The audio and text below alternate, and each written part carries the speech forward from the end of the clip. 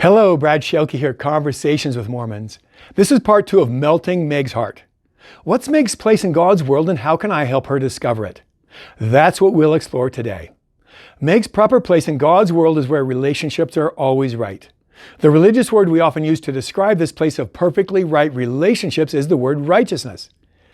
God created the world in a good and right way to display His goodness and righteousness. Our first parents rebelled against their proper place of dependence on God's righteousness and fell into unrighteousness, which is also called self-righteousness. All of us were born in need of righteousness, but we all inherited Adam's love for independence. We are notoriously slow to learn dependence as the fundamental principle of our nature. Because of this, we all are born seeking to establish our own righteousness, oblivious to any other option. We are blind to what this does to us. Paul describes our dilemma in Romans 1. In verses 17 to 19 and in verse 32, Paul says that all the truth, goodness, and righteousness of God are written on every soul, and that we all suppress that intuitive knowledge in irreverence and unrighteousness. He says that's why God's wrath or right reaction against our irreverence and unrighteousness is revealed from heaven. He also says we all know that doing evil deserves death. He says the gospel is the good news that righteousness is about faith from beginning to end. All that is true for everyone, including atheists, nihilists, agnostics, Muslims, Mormons, Meg, you, and me. Many people say they don't believe in God or in what Paul says here. Does their unbelief invalidate what Paul says? Not in the least. Their denial proves Paul's point. He says we all suppress what we know intuitively. Because of this, it makes it difficult to grasp Paul's simple words. Do you believe Paul's words? I do, and that's how I worked my so-called magic on Meg's heart. My questions bypass the minefield of her pride to give her freedom to be honest and take a break from suppressing her intuitive knowledge of God's goodness. Time after time, she noticed aspects of right relationships that she had never seen before. That's why she repeatedly expressed surprise and joy at her own words. Hidden in my approach is a principle of how God changes people. We all love independence and don't need anyone to help us make changes. We can make our own changes, thank you. God's way is for us to let Him make the changes for us. This is true dependence and makes us all uncomfortable because we feel like we need to be doing something.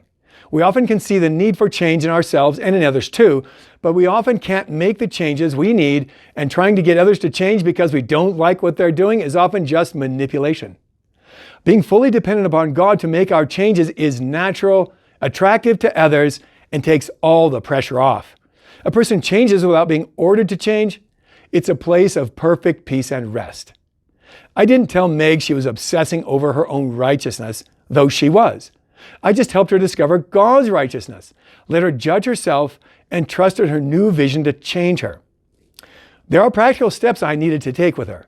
First, I needed to delight in Jesus as all of life for me, to ponder Him as all my security. As Meg approached, I prayed for her and saw her through the eyes of God's delight. My warm smile and greeting surprised her. Why would a total stranger greet her like that? Second, the colorful signs declaring free books surprised her. Why would anyone give away new books for free? Third, I asked about her life, where she was from and what life was like there, as well as about her time at USU. She had made few friends her first year and was about to leave on her Mormon mission and unsure about returning to USU. Through all this, I earned her trust by enjoying what she was saying to me. Since finals were a few days away, I said I had something to help her through finals. She expressed curiosity. I told her I was totally confident that God had no negative thoughts about her. She smiled and thanked me. I asked if that was really true or just made her feel good. She said it was true. Do you ever have negative thoughts about yourself? She stopped smiling and said, often. My security and total confidence rested on Jesus already putting away all sin by the sacrifice of Himself. She needed to enter into what Christ did, and my words invited her into my confidence in His work. Next week, we'll look at how that simple interchange affected Meg and chopped at the roots of several lies in her life. Until then, please join me in thanking God for making His righteousness to be the way for all your relationships to be right. Welcome to the conversation.